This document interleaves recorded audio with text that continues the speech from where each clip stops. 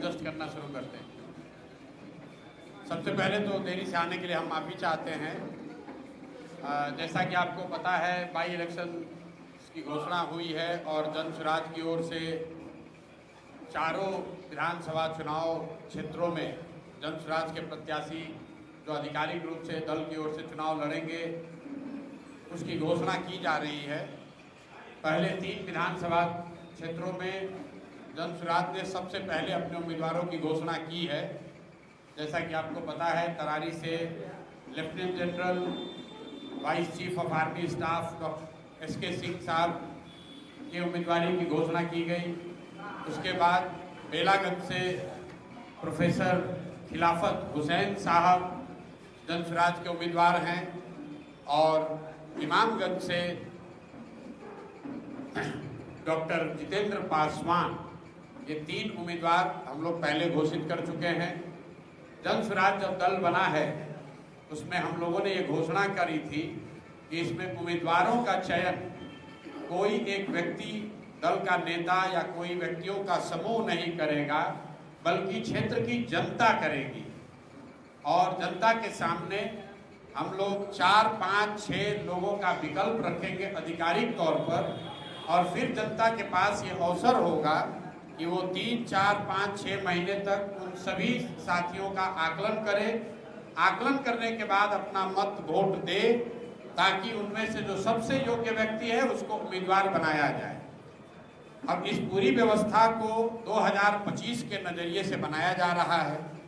स्वाभाविक तौर पर जो उपचुनाव है उसमें वो काम पूरी तरीके से हम लोग नहीं कर पाए हैं, क्योंकि जैसा कि आप जानते हैं, कैमूर में, शाहाबाद के जिले में अभी पदयात्रा नहीं हुई है। जन स्वराज का संगठन आधिकारिक तौर पर नहीं बना है, हालांकि हजारों लोग जन स्वराज से जुड़े हुए हैं, लेकिन आधिकारिक तौर पर यहाँ पर हम लोगों की का जो संगठन है वो नहीं बना है। इसलिए जो आप देख रहे हैं पिछले 2-3 दिनों से जो राय विचार हम लोग कर रहे हैं, जो लोगों से मशवरा कर रहे हैं, उसमें थोड़ा समय लग रहा है। लेकिन मेरा अपना मानना है कि निर्णय में देरी होनी चाहिए, लेकिन गलत निर्णय नहीं होना चाहिए, निर्णय सही होना चाहिए। एक बात जो मैंने वादा करा है बिहार के गांव-गांव में जाकर लोगों से, कि चाहे कुछ भी हो जाए, चुनाव जीते या हारे, जन स्वराज समाज में जो सही व्यक्ति है उसी को चुनाव लड़ाएगा। किसी भी हालत में गलत व्यक्ति को चुनाव नहीं लड़ाया जाएगा। और जैसा कि आप जानते हैं, सामाजिक राजनीतिक जीवन में एक जिनका भी नाम आता है उस पर सबकी सहमति बनने में, उनके बारे में हर पहलू को जांचने परखने में थोड़ा समय लगता है। आधिकारिक तौर पर 4 साथियों का नाम रामगढ़ विधानसभा क्षेत्र के लिए चला है। वो चारों साथी हमारे साथ बैठे हुए हैं। नुआव के विनायक जायसवाल जी, जो जन स्वराज में जुड़ने वाले पहले कुछ साथियों में रहे हैं और जन स्वराज के बात को, परिकल्पना को नुआव और उसके अगल बगल के क्षेत्रों में घर घर पहुंचाने में इन्होंने बहुत बड़ा योगदान किया है। ये एक संभावित प्रत्याशी के तौर पर दावेदार भी हैं और जन स्वराज परिवार में लेकर इसकी चर्चा भी हो रही है। दूसरे जो संभावित प्रत्याशी हैं वो समीम भाई हैं, जो हमारे बगल में बाएं साइड बैठे हुए हैं। ये भी बहुत शिद्दत से कई पिछले महीनों से, जब से हमारे साथ लगे हैं तब से बहुत मेहनत कर रहे हैं और पूरी तरीके से जन स्वराज के समर्पित जो साथी हैं उनमें इनकी गणना है, उसमें इनकी गिनती है। और ये भी एक संभावित प्रत्याशी के तौर पर इनका नाम भी चर्चा में है। तीसरे जो हमारे साथी हैं आनंद सिंह साहब, ये दुर्गावती प्रखंड के हैं। बहुत लंबे समय तक इन्होंने राजद की राजनीति करी है और जब मैं मधेपुरा में पैदल चल रहा था, वहाँ पर कैंप में आकर इन्होंने अपने साथियों के साथ जन स्वराज जुड़ने की बात कही। उसके बाद से दुर्गावती प्रखंड में कई जगहों पर और दुर्गावती प्रखंड के बाहर भी बहुत मेहनत से जन स्वराज को दुर्गावती प्रखंड में जो लोग जानते समझते हैं उनमें एक बहुत बड़ा वर्ग है जिसमें आनंद जी का सहयोग है, आनंद जी के प्रयास का असर है। और चौथे एक सज्जन जो कि जन स्वराज से बहुत थोड़ा पहले से जुड़े हैं लेकिन जमीन पर बहुत सक्रिय नहीं रहे, क्योंकि जुड़ने के बाद थोड़ा बीमार पड़ गए थे, सुशील कुशवाहा जी। सुशील कुशवाहा भी यहाँ पर उनका जो क्षेत्र है वो रामगढ़ विधानसभा क्षेत्र के बगल का है। तो जन सुराज की जो एक परिकल्पना है कि नहीं उस क्षेत्र का ही आदमी लड़ेगा, उस नजरिए से कुछ लोगों का ये सवाल भी है कि भैया आप तो कहें कि लोकल आदमी ही लड़ेगा, तो फिर सुशील कुशवाहा जी का नाम क्यों चल रहा है? उसकी दो वजह है। एक तो जिस पंचायत से सुशील जी आते हैं वो पंचायत डिलिमिटेशन से पहले तक रामगढ़ का ही हिस्सा रहा है।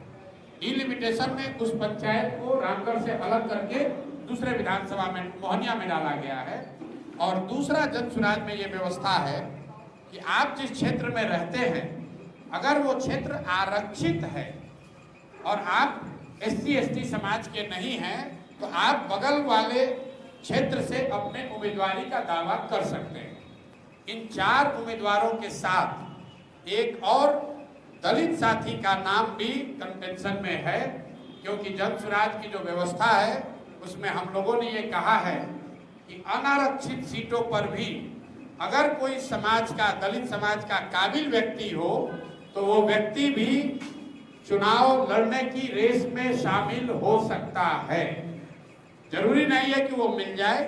तो उस दिशा में हमारे आपके यहाँ के प्रसिद्ध वकील, यहाँ एडिशनल पब्लिक प्रोसिक्यूटर ये सज्जन राम नारायण राम जी, ये भी एक बड़े दावेदार हैं और रामगढ़ विधानसभा क्षेत्र में ही रहते हैं। हालांकि भभुआ में प्रैक्टिस करते हैं। बहुत लंबे समय से समाज में दबे कुचले लोगों की, गरीबों की, SC/ST समाज के लोगों के खिलाफ जब भी अन्याय हुआ है इस क्षेत्र में वो लड़ते रहे हैं उनकी आवाज बनकर। तो ये 5 प्रत्याशी हैं। मैं आपसे और अपने साथियों से माफी चाहता हूं कि मुझे अभी 10-12 घंटे का और समय लगेगा। इसकी घोषणा हम लोग करेंगे कल सुबह, लेकिन इन 5 में से ही कोई एक आदमी प्रत्याशी बनेगा। आप अभी भी कुछ कह रहे होंगे, आप तो ब्रेकिंग न्यूज लेने आए हैं, तो मैं चाहूंगा कि आप 5 प्रत्याशियों से 2-2 शब्द सुने और ये सुनकर समझकर जाएं। हर एक व्यक्ति जो इसका नाम मैंने लिया है वो अपने से ऊपर जन सुराज को रखेगा और जन सुराज से ऊपर बिहार को सुधारने के इस प्रयास और परिकल्पना को रखेगा। हम लोग की कोशिश है कि जो आदमी भी लड़े उसको पूरा जन सुराज परिवार, हर व्यक्ति मिलकर लड़ाएगा। तो मैं आप 5 साथियों से अनुरोध करूंगा कि एक बार अपना परिचय, जन सुराज से जुड़ने के पीछे उनकी भावना और आपके सामने सार्वजनिक तौर पर वो लोग ये घोषित करेंगे कि जन सुराज कल जिनका भी नाम प्रस्तावित करेगा वो पूरी तरीके से उनके समर्थन में खड़े होंगे। मैं अनुरोध करूंगा कि उम्र के हिसाब से सबसे बुजुर्ग या सबसे सीनियर हमारे वकील साहब हैं, तो ये अपना परिचय देंगे। उसके बाद विनायक भाई, राम और कुशवाहा साहब वो 2-2 शब्द बोलेंगे। फिर मैं इस बात को खत्म करूंगा और आपके सवाल भी लूंगा। बहुत बहुत धन्यवाद वकील साहब। कैंडिडेट की घोषणा कल होनी है।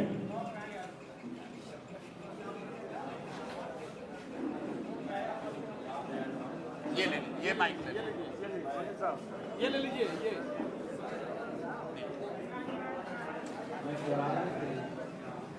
भैया सुन लीजिए जो कह रहे हैं, थोड़ा ऊंचा बोलिए।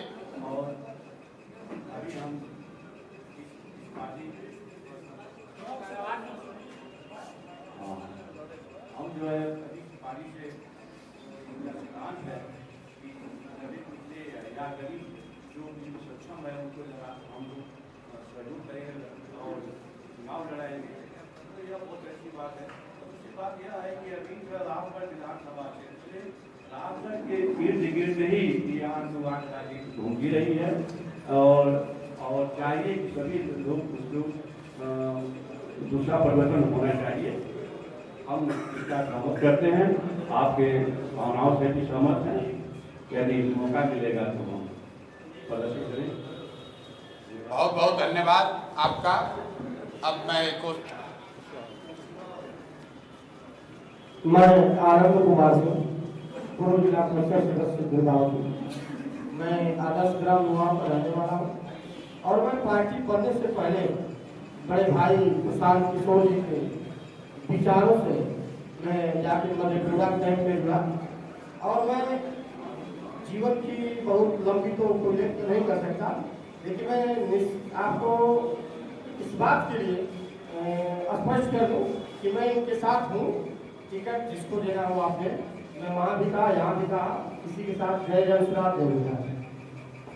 विनायक जी। मैं विनायक प्रसाद जायसवाल, जन स्वराज संस्थापक सदस्य। मैं जन स्वराज की नीतियों में विश्वास करता हूँ और हम पांचों में से कोई भी सदस्य अगर उम्मीदवारी के लिए प्रशांत जी किसी को नॉमिनेट करते हैं तो मैं तहे दिल से उनको धन्यवाद और स्वागत करता हूँ। बाकी बातें मैं समाज के साथ और अपने तन बंधन के साथ जुड़ेंगे, चाहे अगड़ा हो या पिछड़ा हो या सवर्ण जो भी आएगा, मैं उनके साथ खड़ा कंधे से कंधा मिला कर दूंगा। उस पार्टी का नाम है जन स्वराज। समीम भाई। नमस्कार, हम समीम अहमद। मैं 2015 में बीएसपी से नकरागर से मैं हरा था, जो कि मैं 12 साल से बीएसपी में था और मैं 25 अगस्त से भैया से जब मैं मिला काफ़ी जनस्वराज में प्रभावित था और भैया से जब मिला तो मैं बोला कि भैया आपका जो विजन है, प्लान है बिहार के लिए, इस प्लान में हम भी बिहार के लिए जुड़ना चाहते हैं। टिकट का जहाँ तक बात रही, टिकट तो हर किसी का अपेक्षा होता है कि हम भी लड़ जाएं, लेकिन मैं भैया को बोला था और भैया ने हमको वादा भी किया था कि समीम भाई 4 में से 1 आपको जरूर हम देंगे। 4 अगर विधानसभा बिहार में हो रहा उपचुनाव, उसमें 4 में से 1 जरूर हम आपको देंगे, जिसमें इन्होंने वादा निभाया जो बेलागंज में एक मुस्लिम को दिया। मैं तहे दिल से मैं सम्मान और स्वागत भी करता हूँ। इन्होंने जो बोला वो अपना वादा निभाया। मैं इसीलिए जन स्वराज के लिए और पूरे बिहार के लिए और बिहार के जनता के लिए मैं जिसको भी बिहार और रामगढ़ की धरती पर प्रत्याशी उतारेंगे भैया और इनके पूरे विचारों से मैं सहमत हूँ, जिसको उतारेंगे मैं उनके साथ तन मन धन और जन के साथ मैं इनके साथ हूँ। जय बिहार, नमस्कार। सुशील कुशवाहा जी। कुछ कहने से पहले यहाँ उपस्थित तमाम सारी मीडिया का मैं अभिनंदन और स्वागत करना चाहता हूँ और एक बात कहना चाहता हूँ। सब कोई आपस नाव के आगे कुशवाहा से लगोले हुई, लेकिन हमारे बड़े भाई यहाँ उपस्थित हैं, सम्माननीय प्रशांत किशोर साहब, जो भी इस देश में दुनिया में इनका नाम लेता है तो कहता है प्रशांत किशोर रणनीति का, जैसा आप सब जानते हैं। तो मैं पूरा मैं बहुजन समाज पार्टी में 24 साल काम किया और जितने भी दल लेकर रहे सबका एक ही फोकस रहा कि बिहार का, झारखंड का, उड़ीसा का, पंजाब का देश की तरफ निधि घुमा देंगे। मैंने देखा फेसबुक व्हाट्सएप के माध्यम से ये पहला इस देश का सम्मानीय नागरिक तो इस बात को बोले कि भारत के निधि को मैं बिहार की तरफ घुमा दूंगा। मैं स्वागत करना चाहता हूं ऐसे जमात साथी का और मैं जब तक जिंदा रहूंगा यह मेरा वादा और घोषित है। इस रणनीतिकार के साथ मिलकर के इस बिहार के बदहाली, इस बिहार की शिक्षा, स्वास्थ्य का जैसे कैसे आगे बढ़ेगा, मैं इनके साथ काम करने का काम करूंगा और यही मेरा कहना है। यही बात बहुत बहुत धन्यवाद। देखिए, आप आए हैं सुनने की उम्मीदवार कौन होगा। बिहार में इस तरह की चीज आपने पहले नहीं देखी होगी, क्योंकि जितना संभावित उम्मीदवार होता है वो कमरे के अंदर उससे बात होती है, पैसे का डील होता है, लोग अपना अपना लॉबी बनाते हैं, अपना अपना गुट बनाते हैं। यहाँ भी जो लड़ने की इच्छा रखता है सबकी अपनी व्यक्तिगत महत्वाकांक्षा है, लेकिन प्रेस और मीडिया के सामने सभी साथियों ने आकर ये कहा है कि हम जन स्वराज से जुड़े हैं और सिर्फ इसलिए जुड़े हैं कि चाहते हैं कि बिहार में व्यवस्था का परिवर्तन हो, यहाँ से गरीबी बेरोजगारी खत्म हो, पलायन रुके, और इसके लिए हम लोग सब लोग संकल्पित हैं। लड़ेगा तो कोई एक व्यक्ति ही, लेकिन रामगढ़ की जनता के पास ये अवसर है ये चुनने का, बताने का कि इसमें से सबसे योग्य वो किसको समझते हैं। ये प्रशांत किशोर की क्षमता नहीं है कि हम बता दें कि सबसे योग्य कौन है। इन पांचों का नाम चल रहा है, मुझे एक दिन और समय दीजिए, जन सुराज से जुड़े हुए जितने साथी हैं, मैं जान रहा हूं सबके मन में उत्सुकता है, भैया जल्दी घोषणा कीजिए। बगल में कृष्णा भाई बैठे हुए हैं, कल बोले हैं भैया निर्णय लीजिए, बंदूक में गोली भर के दागिए, हम लोग सब तैयार हैं। वो भी एक तरीका है, लेकिन लोकतंत्र है। लोकतंत्र में आपका मत, जनता का मत सब सर्वोपरि है। प्रशांत किशोर चाहे जितने बड़े रणनीतिकार हो, जनता से बड़ा रणनीतिकार कोई नहीं है। तो मैं आज ये 5 नाम घोषित कर रहा हूं। नाम ये फाइनल इसलिए नहीं आपको घोषित किया कि 4 नाम चर्चा में था, एक नाम का चर्चा अभी आपसे पहले नहीं हुआ। वकील साहब जो आज अभी नाम घोषित हुआ है, तो रामगढ़ की जनता को ये अवसर मिलना चाहिए, जो साथी हम लोग से जुड़े हुए हैं, कि उनके नाम पर भी वो अपना फीडबैक कर दे। अभी 1-2-4 घंटे में हमारे साथी जो जमीन पर हैं वो उस काम में लगे हुए हैं। आप हमको कल सुबह आपके व्हाट्सएप पर ये सूचना 11 बजे आ जाएगी। जन सुराज का उम्मीदवार 25 तारीख को अपना नामांकन करेगा। 24 तारीख को बेलागंज और इमामगंज के उम्मीदवार अपना नामांकन कर रहे हैं, और 25 तारीख को सुबह में तरारी के उम्मीदवार अपना नामांकन कर रहे हैं। 25 तारीख को दोपहर में 1 बजे रामगढ़ के जन सुराज के उम्मीदवार अपना नामांकन करेंगे। ये सारी बातें तय हैं। इन 5 में से कौन उम्मीदवार होगा इसकी घोषणा कल 11 बजे करेंगे। अब आपका कोई सवाल हो तो आप कर सकते हैं। बहुत बहुत धन्यवाद।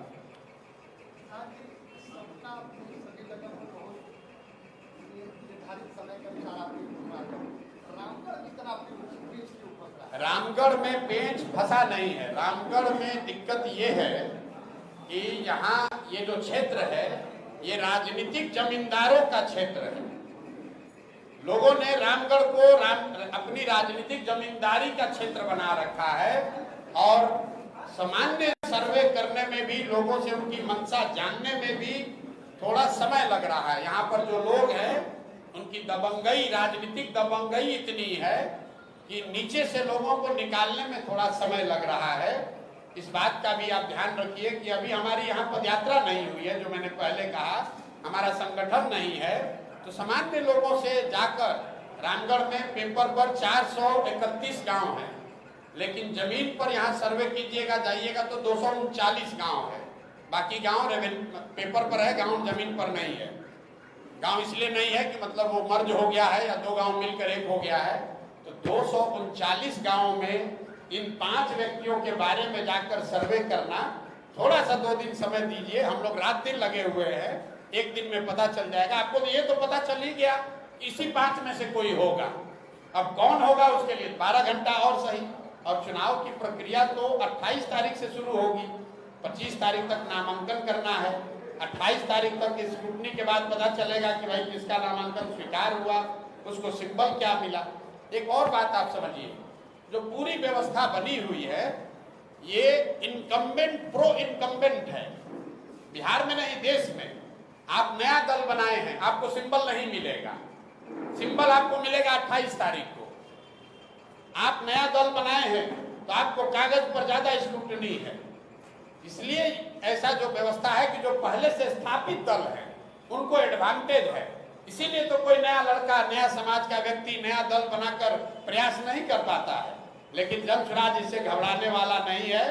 हमने, कुछ लोग कह रहे हैं प्रशांत किशोर फंस गया, प्रशांत किशोर फंस गए हैं, समझ में नहीं आ रहा है। तो जो लोग ये टीका टिप्पणी कर रहे हैं उनको पता नहीं है कि एक प्रशांत किशोर एगो दूगो नहीं, 11 गो चुनाव लड़ाए। ये तो 4 गो विधानसभा है। दबाव इस बात का है कि 10 दिन पुरानी पार्टी है, लेकिन राज्य भर में सबसे ज्यादा स्क्रूटनी हो रहा है कि जन सुराज किसको उम्मीदवार बनाता है, अच्छा बनाता है कि खराब बनाता है। दूसरा आदमी चोर को कर दिया, बालू माफिया को कर दिया, कोई शराब माफिया को कर दिया, पत्रकार बंधु उस पर कमेंट नहीं कर रहे हैं। आप लोग ये कमेंट नहीं कर रहे हैं कि तरारी में कोई बाहुबली अपने लड़के को लड़ा रहा है। आप ये कमेंट नहीं कर रहे हैं कि मांझी जी अपने पतोह को लड़ा रहे हैं। आप ये कमेंट नहीं कर रहे हैं कि सुरेंद्र यादव का लड़का ही चुनाव लड़ेगा, जगदानंद का लड़का ही चुनाव लड़ेगा। आपकी अपेक्षा है, और सही अपेक्षा है, कि जन सुराज किसको लड़ाएगा। इतना जो दबाव है, तो इसलिए हम लोग को भी बहुत संभल कर चलना पड़ रहा है। मैं आपके पेशेंस के लिए आपका धन्यवाद कर रहा हूँ। लेकिन भरोसा रखिए जैसे 3 विधानसभा क्षेत्रों में सही निर्णय हुआ है मेरी समझ से, यहाँ पर भी सही निर्णय होगा, कल आपको बता देंगे। आप लोगों की बात कर रहे हैं, लेकिन राष्ट्रीय जनता दल के प्रदेश अध्यक्ष जगदानंद सिंह और उनके पुत्र हेमंत सिंह प्रत्याशी डॉक्टर पुनीत सिंह ने कहा है कि प्रशांत पांडे आज स्वयं रामगढ़ में चुनाव लड़े तो अच्छा रहेगा। देश में उनकी नाम होगी। ठीक बात है।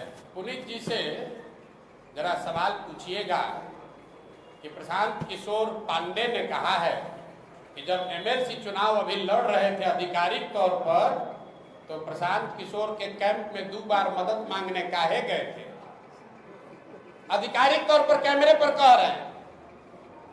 बाबूजी आरजेडी के अध्यक्ष हैं, सुधाकर सिंह भाई मंत्री हैं। एमएलसी का चुनाव के लिए आप कैमरे पर कह रहे हैं नाम पता जगह जारी कर देंगे जब आए थे मदद मांगने के लिए। तो अगर प्रशांत किशोर की कोई ताकत ही नहीं है तो आप एमएलसी का चुनाव लड़ने के लिए हमारे यहाँ काहे मदद मांगने आए थे। दूसरी बात आपने कहा कि प्रशांत किशोर आकर चुनाव लड़े। प्रशांत पांडे, मेरा नाम प्रशांत किशोर है, बाबूजी का नाम है श्रीकांत पांडे, उनका नाम क्या है? पुनीत, डॉक्टर पुनीत सिंह। जनसुराज जैसे उनके पिताजी का ये जागीर है, वैसे जनसुराज प्रशांत किशोर की जागीर नहीं है। जनसुराज बिहार के उन सारे लोगों की जागीर है जो बिहार में उन जैसे और उनके परिवार जैसे लोगों से राजनीतिक जमींदारी को जड़ से उठाकर फेंकना चाहता है। रामगढ़ में प्रशांत किशोर नहीं पैदा हुए हैं, तो प्रशांत किशोर या जनसुराज में वही चुनाव लड़ सकता है जो रामगढ़ का बेटा है। रामगढ़ की जनता को तय करने दीजिए कि नेता का बेटा यहाँ राजा बनेगा कि रामगढ़ का गरीब का बेटा राजा बनेगा, कि नेता को तय करने दीजिए। और एक घोषणा अभी कर देते हैं। बहुत लोग कहता है कि हमको चुनाव की समझ है, देश दुनिया से लोग आते हैं पूछने कि चुनाव कौन जीतेगा, रामगढ़ कौन जीतेगा कौन हारेगा, इस पर टिप्पणी नहीं करेंगे। लेकिन जिस सज्जन का आप नाम ले रहे हैं, जगदानंद और आरजेडी यहाँ तीसरे या चौथे पायदान पर रहेंगे, नहीं रहेंगे तो हमारा आकर गर्दन पकड़िएगा। ये बयान चला दीजिएगा, ये बयान दोनों चलाइएगा। प्रशांत किशोर ने कहा कि तुम जीतने की बात छोड़ो, दूसरे नंबर पर आकर दिखा दो, मैं मान लूंगा कि रामगढ़ की जनता में तुम्हारी पकड़ है। हमको क्या लड़ा रहे, हमको क्या लड़ा रहे? और रामगढ़ में किसको लड़ा रहा है तो बुलाओ अपने नेता को, तेजस्वी यादव को। तो समीम भाई ने कहा है पहले कि बुलाइए तेजस्वी यादव के यहाँ लड़ाने, और हम यहाँ लड़ जाते हैं और देखिए कौन जीतता। कर लीजिए फैसला, 1 वर्ष तेजस्वी जी लड़ जाए, 1 वर्ष हम लड़ जाते, यही रामगढ़ से लड़ जाइए। अरे जीत हम अपन 2 बात है, जनसुराज जीत हार का दावा नहीं कर रहे, जनसुराज की बात किनारे हमने कह दी। लेकिन प्रशांत किशोर चुनाव जानने, लड़ाने और आकलन करने के लिए ही आप हमको जानते हैं, देश जानता है। हम उस आकलन के आधार पर बता रहे हैं कि आरजेडी, जगदानंद सिंह और उनके बच्चे, रामगढ़ की जनता सबसे ज्यादा अगर किसी से नाराज है तो उनसे नाराज है। और उनकी लड़ाई इसकी है कि वो तीसरे पर रहेंगे कि चौथे पर रहेंगे, पहले दूसरे की लड़ाई में वो है ही नहीं। और कौन अभी पहले दूसरे में है ये आपको हमसे ज्यादा जानकारी है। जनसुराज न लड़े तब भी हम आपके सोच समझ कर बोल रहे हैं। जनसुराज अगर नहीं भी रेस में है तो भी जगदानंद सिंह के लड़के आरजेडी यहाँ तीसरे नंबर पर है, आपको हमसे ज्यादा जानकारी है।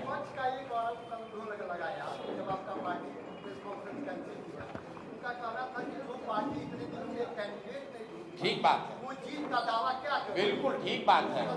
हम देखिए, एक विद्यार्थी है जो परीक्षा के केंद्र तक जाते जाते पढ़ रखे अपना नोट रिवाइज कर रहा है, और एक विद्यार्थी है जो दारू पी के 2 दिन पहले ही कह दिया कि हम तो परीक्षा पास हो गए। हम वो विद्यार्थी हैं कि परीक्षा लिखने तक पढ़ते हुए जाते हैं, रिजल्ट जब आएगा तब आपको दिखेगा कि कौन पढ़ कर गया और कौन दारू पीकर पहले सो गया। चुनाव आयोग ने निर्धारित किया है समय, 20 से 25 के बीच में नामांकन होना है, वो 25 से पहले होगा, हमारे लिए रिलैक्स नहीं होगा। 20 को जो नामांकन किया उसका भी फाइनल 28 को ही होगा, उसका भी वोट 13 को ही पड़ेगा। ऐसा नहीं है कि आप कूद के पहले नामांकन कर दिए तो वोट आपको पहले मिल जाएगा। हम तो सबसे पहले तरारी की घोषणा किए, उस समय दूसरे दल वाले कहाँ थे?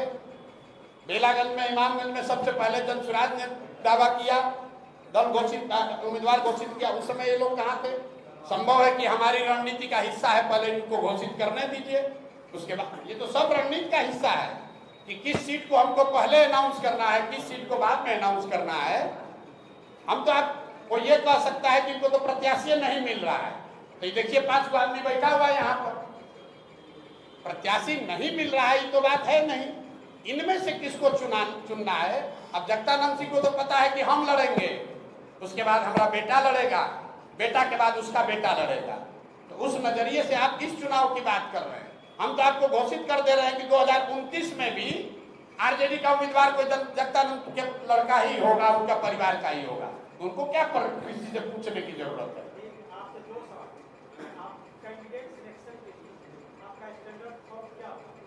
स्टैंडर्ड थॉट ये है कि जिसको भी समाज में सही व्यक्ति लोग बता रहे हैं, हाँ तो जनता कर रही है। सुनिए ना मेरी, अरे लिखा हुआ है सही लोग। अमेरिका में अभी चुनाव हो रहा है, सुनिए तो लीजिए ना, सही लोग का क्या पैमाना है बता रहे हैं। अमेरिका में अभी राष्ट्रपति का चुनाव है, वहां एक ओर से रिपब्लिकन पार्टी के उम्मीदवार हैं डोनाल्ड ट्रंप और डेमोक्रेटिक पार्टी की उम्मीदवार है कमला हैरिस। आपने पत्रकार होने के नाते कभी ये पूछा कि डोनाल्ड ट्रंप को टिकट किसने दिया, कमला हैरिस को उम्मीदवार किसने बनाया? वो किसी एक व्यक्ति ने नहीं बनाया, कोई आदमी वहां टिकट नहीं देता है। वहां जैसे यहाँ 5 उम्मीदवार खड़े हैं, वैसे रिपब्लिकन पार्टी से 5 आदमी 10 आदमी कहता है हम दावेदार हैं राष्ट्रपति के उम्मीदवार के, और 6 महीना वो आदमी कैंपेन करता है अमेरिका भर में घूम के। लोग बताते हैं 5 में सबसे अच्छा डोनाल्ड ट्रंप हमको लगता है, तो डोनाल्ड ट्रंप हो गए उम्मीदवार। इसी तरह कमला हैरिस देखिए, वहां जो अभी राष्ट्रपति हैं बाइडेन साहब, वो उम्मीदवार घोषित हो गए, फिर जनता ने कहा नहीं इनका उम्र ज्यादा है, ये नहीं चलेंगे, तो कमला हैरिस वहां उम्मीदवार है। यहाँ बिहार में और रामगढ़ में तो बपौती है, हम रहेंगे, हमारा बेटा रहेगा, उसके बाद बेटा रहेगा, उसको किसी से पूछने की जरूरत क्या है? वो तो चाहे तो अगले 10 वर्ष का उम्मीदवार अभी घोषित कर देगा।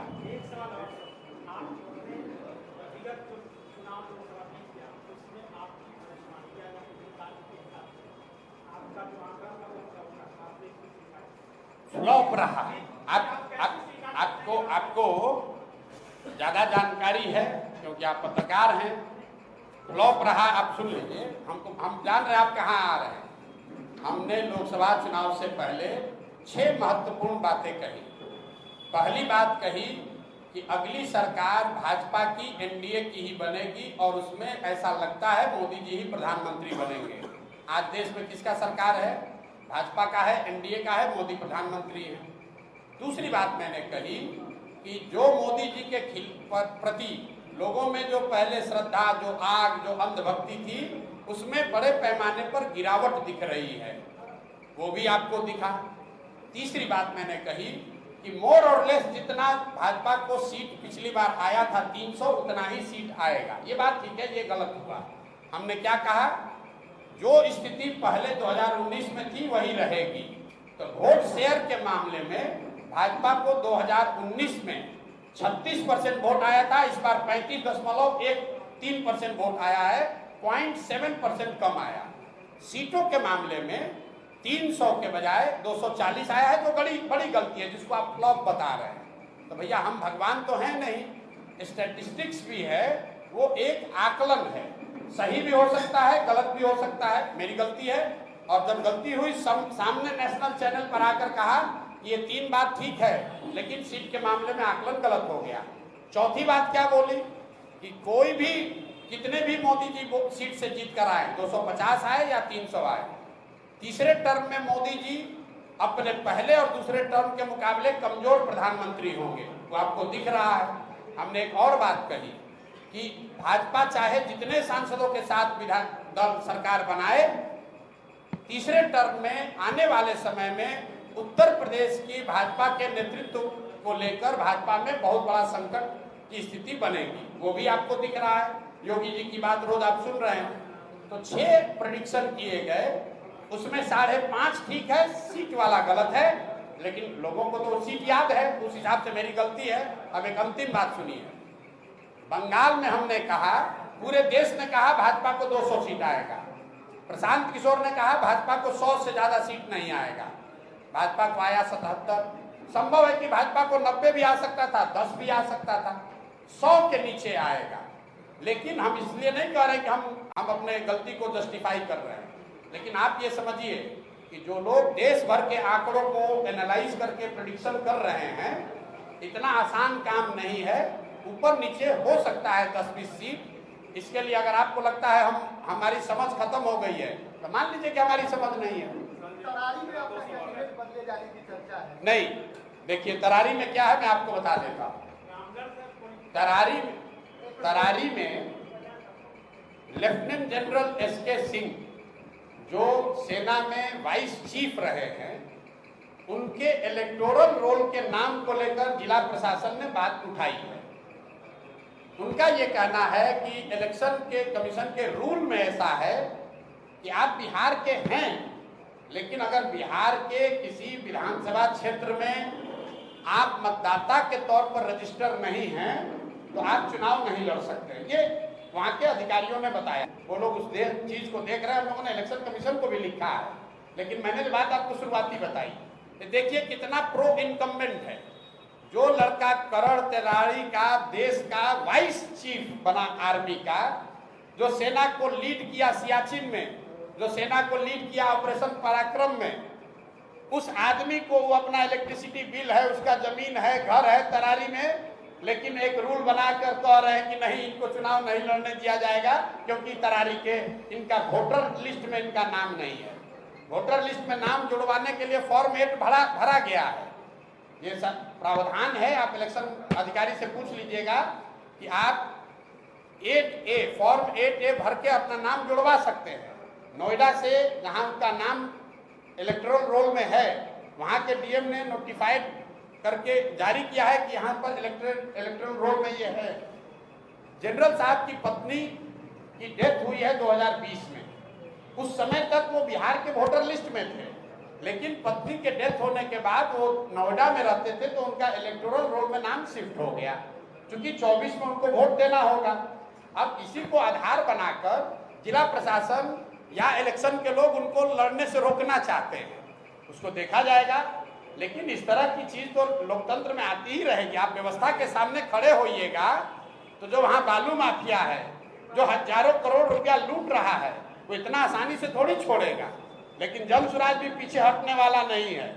जनरल साहब वहां खड़े हैं, प्रशांत किशोर यहाँ नहीं लड़ रहे हैं, लेकिन प्रशांत किशोर का कोई भाई, कोई सिपाही लड़ेगा, और यहाँ पर राजनीतिक जमींदारी जिन लोगों का है उनका बोरिया बिस्तर समेटेंगे। उसी तरीके से तरारी से देश का इतना बड़ा जनरल बिहार का लड़का वहां से भूमि और बालू माफियाओं को उखाड़ कर फेंकेंगे ही फेंकेंगे। अगर उनको नहीं लड़ने दिया तो कोई वहां तरारी का लड़का लड़ेगा, लेकिन लड़ेगा जरूर। हम लोग पीछे नहीं हटेंगे, ये नहीं कहेंगे कि हमारा नामांकन कैंसिल हो गया। हम लोग लगे हुए हैं, कल या परसों तक निर्णय इलेक्शन कमीशन दिल्ली को देना है कि उनको लड़ने की अनुमति दी जाएगी कि नहीं। लेकिन आप जरा पत्रकार होने के नाते समझिए, बिहार का जो लड़का पूरे 75 साल के इतिहास में सिर्फ 2 ही लोग आज तक vice chief of army staff बने हैं बिहार से, एक गवर्नर एसके सिन्हा और एक एसके सिंह। उस लड़के को आप चुनाव नहीं लड़ने दे रहे हैं। ये फर्जी का नियम लगाकर कि आप कहते हैं ये इसका इलेक्टोरल रोल में यहाँ नाम नहीं है, 8A भरा गया है, कह रहे नहीं उसके दिन पास हो गया है। ये तो चलता है, प्रशासन और सरकार की ओर से ये सब चलेगा, लेकिन जन स्वराज इतना आसानी से दबने वाला नहीं है। हम लोग इस व्यवस्था को बदलने आए हैं, तो इतना जल्दी थोड़े डरने वाले हैं।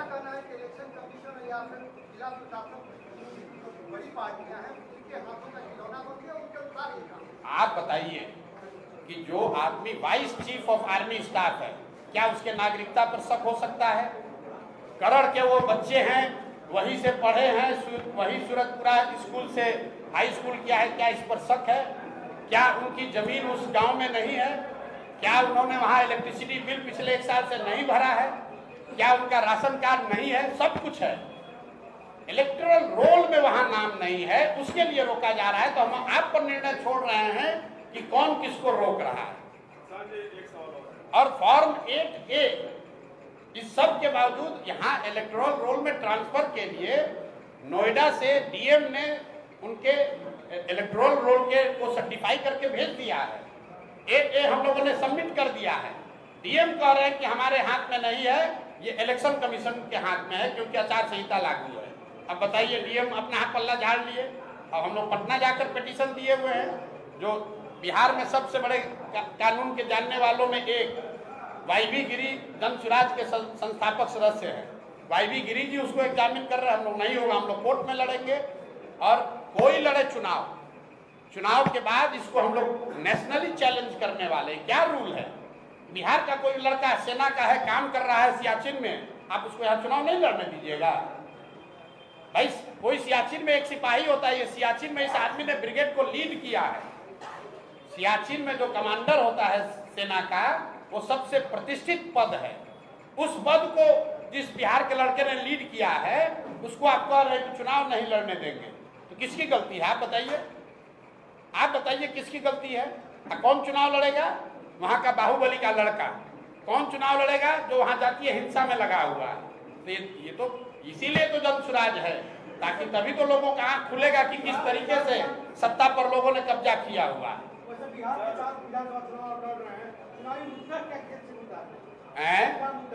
चुनाव का मुद्दा ये है कि बिहार की जनता अपने बच्चों के लिए जगे, अपने बच्चों के लिए वोट करे।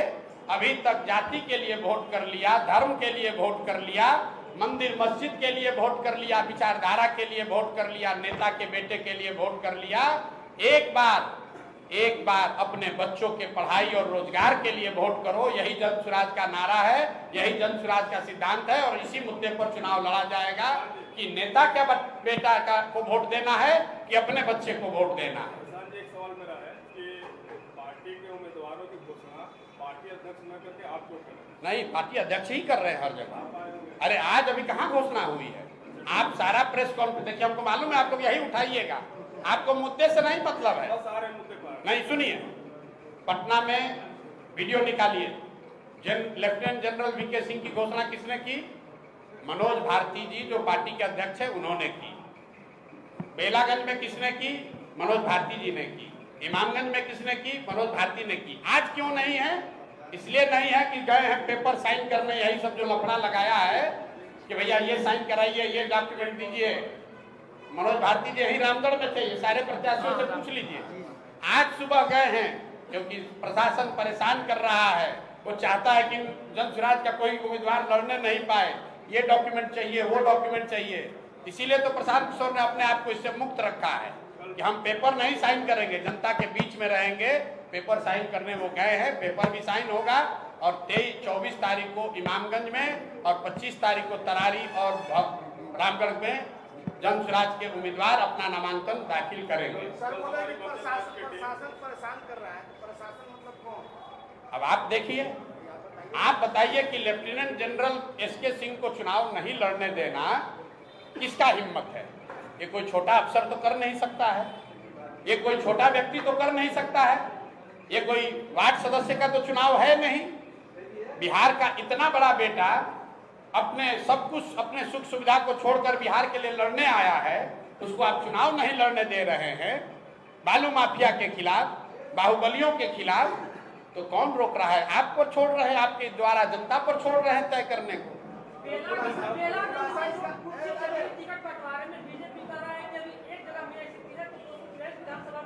अरे देखिए, बीजेपी जैसे दल को, हमको यहाँ बीजेपी का टुटपुंजिया नेता क्या कहता है उसका कोई वैल्यू है? बीजेपी के नेता को पता है किसको टिकट मिलेगा, बीजेपी में टिकट कैसे बढ़ता है, हमसे ज्यादा यहाँ का बीजेपी का आदमी जानता है। बीजेपी को यहाँ कौन जानता है भाई? पिछले विधानसभा में बीजेपी को 19.6% बिहार में वोट आया है। वो नीतीश का बैसाखी बन के और नीतीश का बैसाखी लेकर, दोनों लंगड़ा पार्टी है, एक को बैसाखी दे के खड़ा है। वो क्या बोलेगा कि कैसे टिकट बढ़ता है? कुर्सी नहीं चला है, लोकतंत्र को जिंदा किया जा रहा है। वो बेलागंज में वो बीजेपी वाला बतियाएगा? बीजेपी वहां बेलागंज से लड़ पाया आज तक जीवन में? वहाँ जो आरजेडी के बाहुबली नेता हैं उसके खिलाफ लड़ने के लिए कैंडिडेट आज तक बीजेपी को नहीं मिला। वो हमको बता रहा है कि कुर्सी चल रहा है। आज जहाँ तरारी से लड़ रहा है वो जदयू से निर्दलीय लड़े हुए और जदयू में शामिल एक बाहुबली को अपने टिकट पर लड़ा रहा है और राष्ट्रवाद का बात करता है। ये बीजेपी वाला सब राष्ट्रवाद का बात करने वाला, जरा पूछिए कि सेना के जनरल को नहीं लड़ने दे रहे हैं, जिसने भारत की रक्षा के लिए कुर्बानी दिया है 40 वर्ष, उसको नहीं लड़ने दे रहे हो। और बीजेपी ने उम्मीदवार बनाया किसको? एक बाहुबली के लड़के को। तो चरित्र भी देख लीजिए, कहता है चाल चरित्र अलग है। चरित्र देखिए बीजेपी का, परिवारवाद का बात कर रहा है। उसको तरारी में कोई नहीं मिला, बाहुबली और बाहुबली का को भी नहीं, बाहुबली के लड़का को लड़ा रहा है और कहता है कि हम एकदम परिवारवाद हमारे खिलाफ है। वो हमको बोलेगा कुर्सी चल रहा है। कुर्सी चलने के बाद बेलागंज में कौन उम्मीदवार हुआ जन सुराज का? प्रोफेसर खिलाफत हुसैन, जिसने 30 बरस बेलागंज में बच्चों को मैथमेटिक्स पढ़ाया है। अगड़ों को, पिछड़ों को, हिंदुओं को, मुसलमानों को जिस व्यक्ति ने वहां गणित पढ़ाया है 30 बरस, उस प्रोफेसर को हम लोगों ने उम्मीदवार बनाया है। जिस क्षेत्र के बारे में लोग कहते हैं कि 10 करोड़ रुपया चाहिए चुनाव लड़ने के लिए, वहां से एक साधारण प्रोफेसर को चुनाव लड़ा रहे हैं। तो आप लोग पत्रकार लोग भी कह रहे हैं प्रशांत किशोर से गलती हो गया। इसीलिए ना बिहार का ये दुर्दशा है। कोई अच्छा आदमी खड़ा होता है तो आप लोग कहते हैं बिहार में नहीं चलेगा, तो न चलेगा तो इसी दुर्गति में जीवन भर आपको भी रहना पड़ेगा। बिहार की राजनीति में प्रशांत किशोर को इंटरटेनमेंट का साधन कहा जा रहा है। बढ़िया है, इंटरटेन होइए, मजा लीजिए। अगर जो लोग ये कह रहे हैं तो उनसे पूछिएगा कि उनके दल के जो आका हैं वो इसी इंटरटेनमेंट के साधन का इस्तेमाल करके इसी बिहार के लड़के से सलाह लेकर वहां पहुंचे हैं, न तो नैया पार नहीं लगने वाली थी, न भाजपा का न नीतीश का। ये मालूम है ना आपको? हमको बताने की जरूरत नहीं है कि 14 में कौन उनको मदद किया, 15 में यहाँ नीतीश का कैरियर को किसने बचाया। न तो जहाज डूब गया था पूरा, मांझी जी लेकर भाग गए थे। नामांकन के दौरान राजद के जो उम्मीदवार है रामगढ़ से, उन्होंने प्रशांत किशोर की पार्टी मीडिया में बनी हुई है, मीडिया वाले उनका सपोर्ट कर रहे हैं और कम नहीं है। तो ठीक बात है। तो आप लोग सब लोग मीडिया ही तो टिप्पणी प्रशांत किशोर पर नहीं किए हैं, तो मीडिया वाले पर किए हैं। आप लोग को कितना लोग हमसे सुनिए, तो मीडिया पर बने रहे। मीडिया को समझ नहीं है। अगर आप हमारे प्रेस कॉन्फ्रेंस में आए हैं तो कुछ तो सोच के आए होंगे। वो तो ये कह रहे हैं कि मीडिया में बने हुए हैं, क्यों? पैसा वैसा दे के सबको खरीद लिया है। तो आपको पता नहीं चल रहा, आपको गाली भी दे रहा है कि पत्रकार लोग को क्या है, तो सब बिक गया है, प्रशांत किशोर से पैसा ले लिया। यहाँ बैठे हुए जितने पत्रकार हैं जरा बताइए तो किसी को एक हम समोसा भी खिलाए हैं? और कह रहा है कि सारा पत्रकार प्रशांत किशोर के पीछे घूम रहा है। आप भभुआ के किसी गांव, रामगढ़ में किसी गांव में जाइए, रामगढ़ के किसी गांव में जाइए, प्रत्याशी की बात छोड़िए, जीत हार की बात छोड़िए, अगर घर घर कोई पहुंचा है तो जन सुराज के वर्कर कार्यकर्ता पहुंचे। ये आपको मालूम है?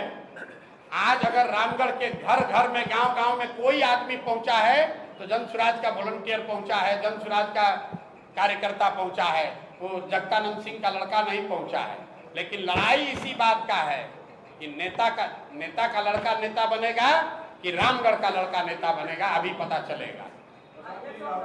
अभी 2-3 घंटा चलाइएगा आप लोग। एक सवाल ये है, अभी जैसे आपने कहा है कि 5 उम्मीदवार यहाँ पे हैं, प्रेस कॉन्फ्रेंस में अभी अनाउंस नहीं कर रहे हैं, कल के लिए आपने कहा कि व्हाट्सएप पे नाम चला जाएगा, या आके मनोज जी अनाउंस कर देंगे? कहे कि भाई साहब बोल रहे हैं कि अध्यक्ष को अनाउंस करना, हम अनाउंस कर देंगे तो आप लोग अभी तुरंत कहिएगा कि उम्मीदवार प्रशांत किशोर घोषित कर दिए। हाँ, लोग बोलेंगे ना, इसीलिए ना नहीं कर रहे हैं, हमको पहले से मालूम है ना। सवाल ले लीजिए, उसको हल बता दीजिएगा। जैसे आपने कहा कि 5 उम्मीदवार को अभी आप लेके बैठे हुए हैं कि ये मजबूत दावेदार है रामगढ़ जी, तो कहीं आपको ये डर तो नहीं है कि बेलागंज की जो घटना घटी है, अगर प्रेस कॉन्फ्रेंस में अगर अनाउंस कर देंगे तो रामगढ़ में, भभुआ में भी ये घटना? अरे भाई, ये 500 लोग सामने खड़े हैं और बेलागंज में, सुनिए, बेलागंज का प्रेस कॉन्फ्रेंस आपने देखा है? वहां 5 लोग, 5 उम्मीदवार, आप लोग कुर्सी चलने को इतना बड़ा बात बता रहे हैं। अभी तक तो आप लोग कहते जन सुराज को कोई पूछिए नहीं रहा है, और जन सुराज का टिकट पाने के लिए अगर लोग कुर्सी चला रहे हैं तो यही बता रहा है कि जन सुराज की ताकत है कि नहीं है। अरे भाई इतना तो समझिए, 10 दिन पहले पार्टी बना है, उस पार्टी का टिकट पाने के लिए लोग कुर्सी चलवा रहे हैं, और जब बेलागंज के प्रेस कॉन्फ्रेंस में कोई कुर्सी नहीं चला, जहां चर्चा चली है वहां समर्थकों ने कुछ हल्ला गुल्ला किया होगा, उसमें क्या है, लोकतंत्र अभी नहीं, अगले 1 साल में हर जन स्वराज के मीटिंग में कुर्सी चलेगा, हम पहले आपको बता देते हैं। लेकिन कुर्सी चलने के बाद जो चुन कर आएगा वो लोकतांत्रिक तरीके से चुन कर आएगा। हमको अपने परिवार के आदमी को बनाना है तो कुर्सी नहीं चलेगा। राजद में क्या कुर्सी चलेगा? राजद के किसी कार्यकर्ता को हिम्मत है कि कुर्सी चला के कह दे कि हम उम्मीदवार होंगे? उसको तो मालूम है कि जगदानंद का परिवार ही बनेगा, लालू जी का लड़का ही बनेगा। तो आप बता दीजिए कि आप राजतंत्र में, परिवार तंत्र में भरोसा रखते हैं, वो ठीक है, कि जहां हल्ला गुल्ला हो, लोकतंत्र जिंदा हो, वो ठीक है? आप तय कर दीजिए। चलिए भैया, बहुत बहुत धन्यवाद। पार्टी के उम्मीदवार की घोषणा कल